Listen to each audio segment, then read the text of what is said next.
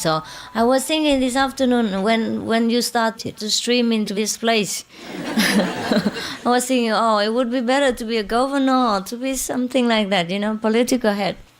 And you govern and people know all about you and, respect you, but you don't have to take the bitter part of it. Like, see people every day and entertain them and make your house become a public hotel, free of charge, I was thinking, no wonder everyone likes to be a political leader, It's very lucrative. And nobody likes to become master because it's lots of business, I was saying, cái gì đó? Gì đó, lỗ vốn á. Lỗ vốn tiếng Anh nói là gì à? Loss of profit, yes. It's no profit, yes. Loss of profit even, it's not no profit. If you have no profits, it's okay. But if you lost profit, it's troublesome. Nobody likes to do this kind of business. You see, that's why the master job people seldom take. Well, there are some who take this business, but they're not experts. That happens also. But I don't see how people like this. I don't know how they like it. Even the unenlightened master, I don't know how they like it. Huh? They cannot like it, I don't know how people like this kind of job. So anyhow, this morning I wanted to be a president or a governor or a king, instead of a master. Then you don't have to take care of people personally like this, You're in the palace and everybody knows about it, and that's it. Finished. It's difficult to see them. It's very difficult to see any political leader. Even if you're famous and you're well-known, you're wealthy, it's not easy to see them. And that's the best part of being a political leader. Yes. The hardest time is election time. You have to ride from one place up to another and kiss many people. Hugging too many babies. And, that can be tiring, yeah. And shaking hands, It could be tiring. But then after that, you're finished. You can relax and enjoy, yeah, and have all the palace for yourself. Because this morning I was here alone. Not alone, with all the monks and just a few people. And we had a walk around the places, and we sat where we wanted and talked nonsense while we wanted. And it was so nice, The whole place was quiet and beautiful, and we had nice time. So I thought, that's nice, it's nice. I wish you were not here.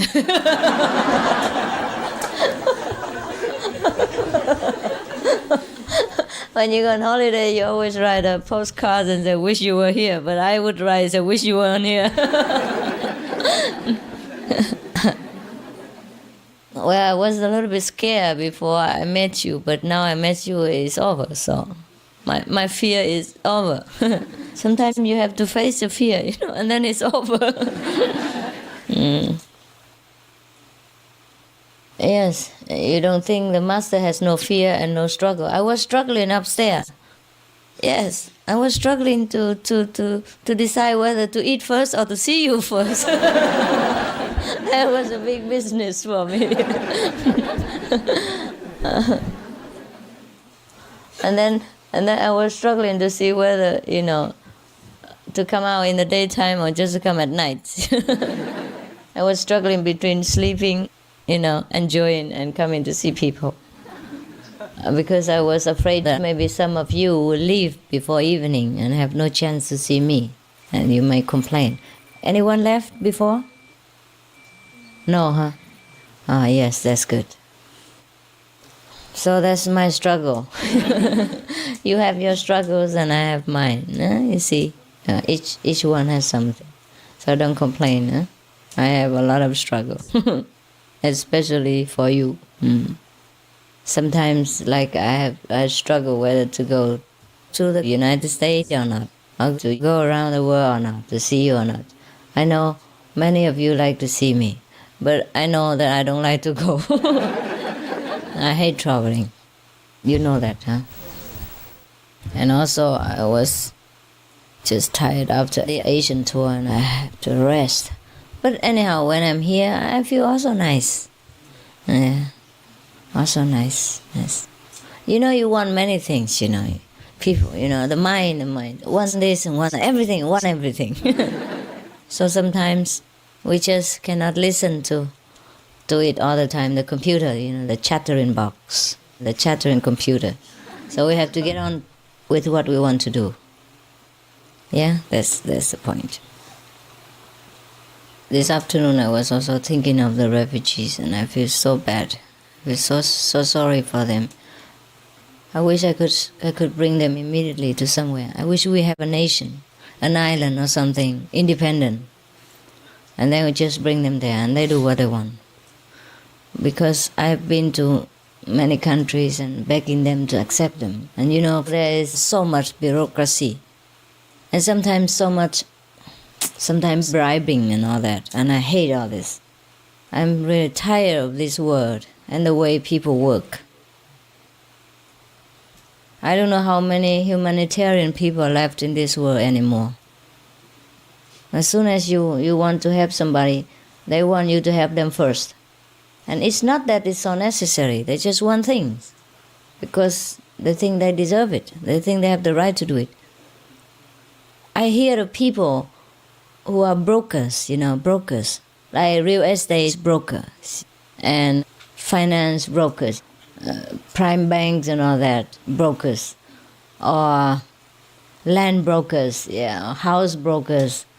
But I never knew there is a national leader broker also. Yeah, political brokers. They sell political heads. For example, if you want to see such and such national head, or political leader, they sell them. They sell them for a certain price. If you want to see them, you have to give them how much? Just because that person has a connection with that political leader, you have to pay the middleman. I never knew there's such broker business in this world. They sell everything, including the president. And the poor president doesn't even know it. I'm selling them behind. Or maybe the prime ministers. Or maybe they're willing to be sold. I don't know. Maybe they sell themselves also for a certain price. Maybe for an airplane, a private jet, or something like that. Yeah. It's no big deal, but even then, it's very cheap to buy some of the political heads. So cheap. $700,000 or $500,000 or $1 million even. Very cheap, huh? How much would you pay for me?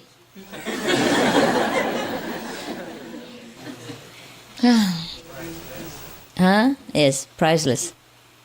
When we were walking in the airport yesterday, and many people were looking at us, and they keep asking my disciples, say, this is a queen of which nation?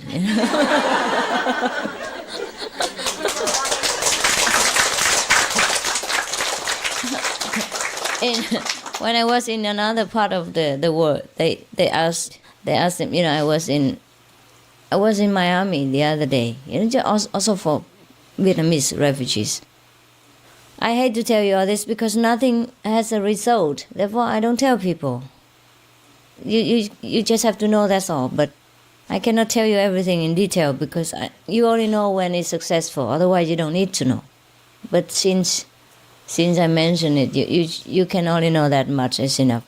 So I was there and we were bathing, in the sea, just half an hour because I've been working all day, all night on that, and we were a little bit muddle-headed. You have to have fun sometimes to forget all this, and the burden and the pressure of the political issues. When you are with political people, it's different than when you are with spiritual people. It's truly, entirely, completely, 100% different.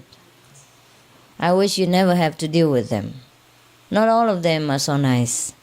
Most of them, they want something to promote their interests and to rise their position to a higher level. And in order to do that, they need dollars. Yes. Yeah, therefore, there is a tension, it's tension. It's like you have to give, Just like you go to the temple or the church, if you don't give donations, you feel pressure, even though nobody says anything. Yeah? Or when I go around with the collecting box, if you happen to have no money, you just feel guilty for some reason, I don't know why. Because there's a pressure. When you go into a group of so-called practitioners and they collect money for their group, and you just feel pressure, even though you're just there for a few minutes. You just feel you have to give somehow, That's such a pressure they give you. No need to speak about that. You just feel. And you don't feel relaxed when you're with these kind of people. Same when you're with political or so-called national leaders, brokers, you feel a certain pressure and you don't know how to express it. But it is there, as if you could cut it with knife, now. So after all this, for the first preliminary step, I just couldn't bear it. So I just put on some kind of two pieces of cloth, one here and one there, just to cover my whole body. So that only one shoulder is bare instead of two. Otherwise, people will criticize again, why you bear two shoulders, So this time I bear only one. So maybe I get criticized only half, at least half. So we went to Miami Beach. Nobody knew anyhow, only strangers on the beach. And we swim. And even then, I didn't wear any glamorous clothes. Only, a kind of the thing that you would like, you would use for covering your head, that piece of cloth. And I just tied it on one shoulder. And because I'm worried that it flies around, so I tie another one just to keep them both in order, so they will not fly. And when I swim, it doesn't open so easily, So that's it. And then everyone asked my disciple, is she a princess or something? Is that not so? Yeah. Anyhow, they asked one of our guys. I don't know if they asked the monk or not. And so Peter said, I cannot tell you. I said, oh, she has so many bodyguards. She must be, no? He said, I cannot tell you. Keep it a mystery. I don't know what they saw on me. The two pieces of cloth, and became the princess overnight on Miami Beach. Anyhow, I went only with the monks and the attendants, the nuns. That's all. No bodyguards, really. I don't know how they saw them as bodyguards. They must look very fierce and serious. Overprotective or something. Anyhow, that was that. I was a princess in Miami. And when I was in another place, where was that? Another place, I suddenly became a queen, The level rise so rapidly. I don't know how to take it, It would be nice if we practice. Hey, we just talk about you. Yeah.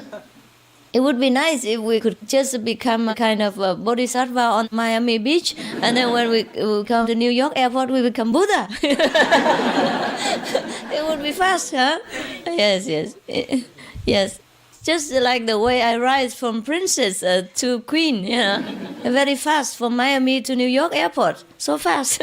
Just a few hours fly and you became queen. So fast. If you practice the Kuan method and you became Buddha so fast, it would be nice. Just to take a bath, take a swim in Miami Beach, and you're a bodhisattva. And when you've done some clothes and walk into New York airport, you become Buddha. It would be nice, huh? So that's what it is, yeah? Mm. We don't want to become queen of one nation, right? We want to be the one with God, yeah? Yes. King of the universe. What is the use, the value of becoming a queen of one nation? It's nothing really, huh? It's nothing. We don't aim for that small job. But actually, when I was working for the Vietnamese refugees, and when I had to humble myself from door to door, and nobody talked to deaf ears and all that, and so many problems, so much bribery, and I was truly, seriously thinking maybe I have to make a nation for them, make our own law and bring them in anytime. And I was really thinking like that. Only then I was pushed, into such thinking.